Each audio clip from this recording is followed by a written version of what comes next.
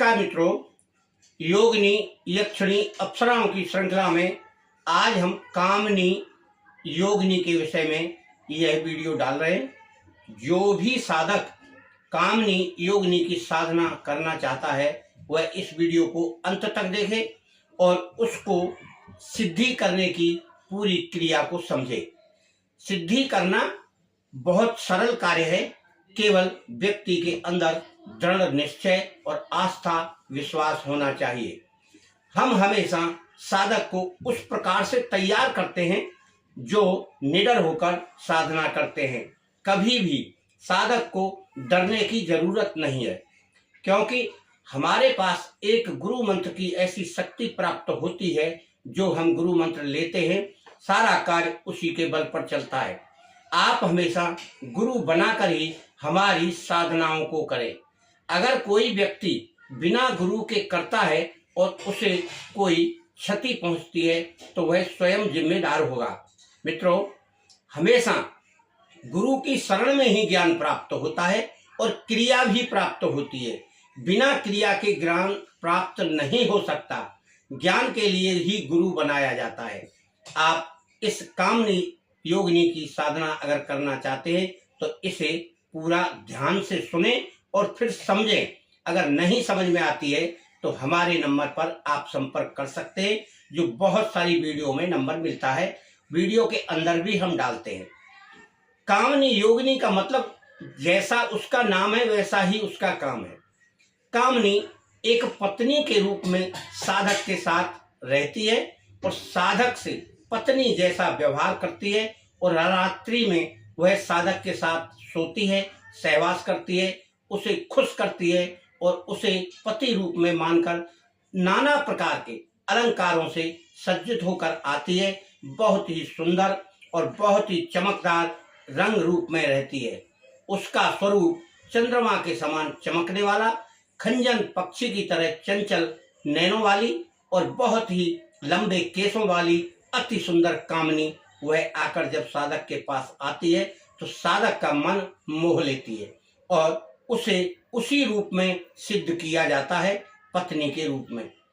ऐसा साधक जो पत्नी के रूप में उसे सिद्ध करता है वह फिर किसी अन्य स्त्री के साथ रिश्ता नहीं बना सकता, संबंध नहीं कर सकता। अगर वह ऐसा करता है तो वह योगिनी उसे बहुत परेशान करती है और नाना प्रकार के दुख देने लगती है। अगर कोई साधक उसके भरोसे पर रहकर वह साधना करता है तो वह तमाम प्रकार के अलंकारों से और धन वैभव से उसका भंडार भर देती है, हर प्रकार की उसकी मनोकामनाओं को पूर्ण करती है।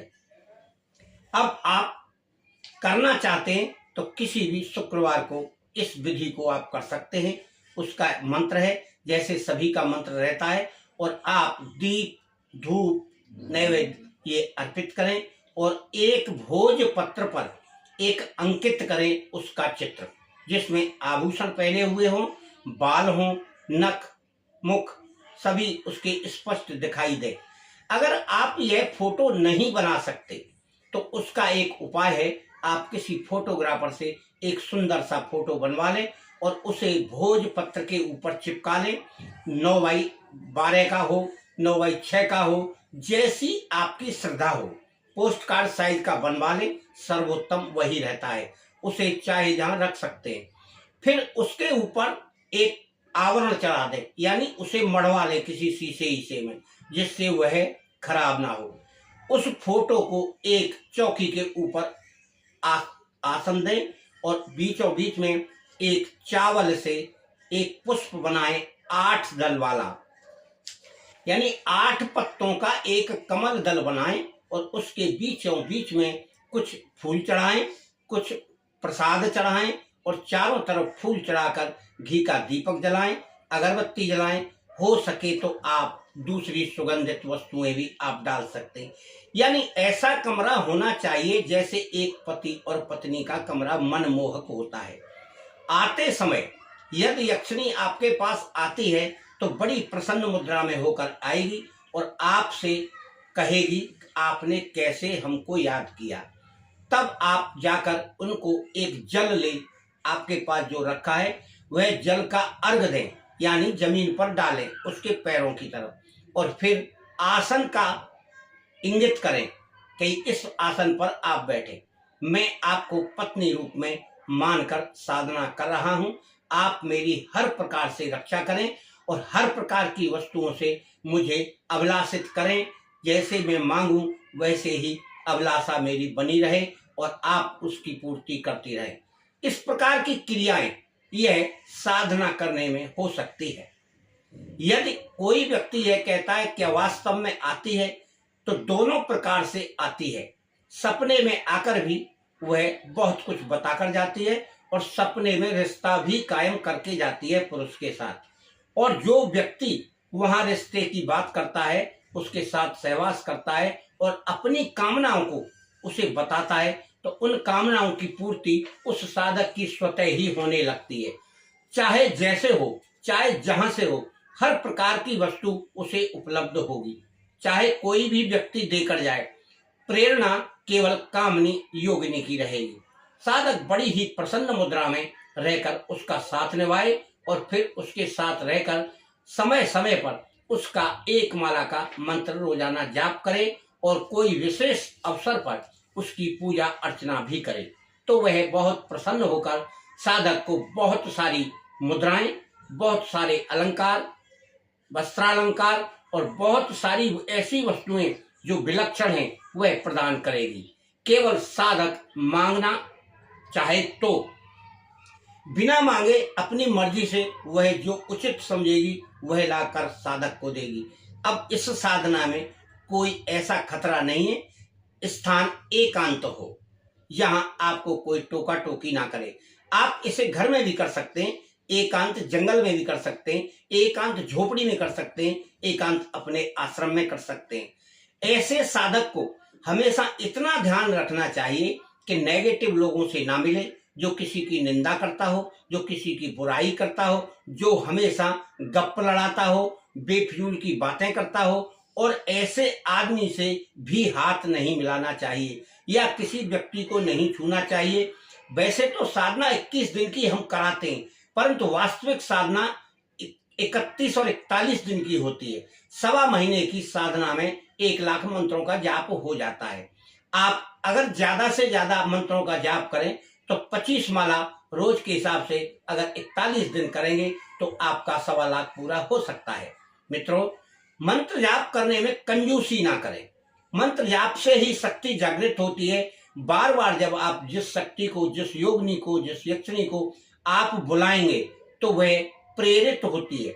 आपकी ध्वनि, जो मंत्र की ध्वनि है, वह उससे जाकर टकराती है और उसे यह आभास होता है कि मुझे कोई याद कर रहा है। फिर वो रात्रि में विचरण करने आती हैं कि कौन साधक कहाँ मेरी पूजा अर्चना कर रहा है और कौन मुझे बार बार बुला रहा है।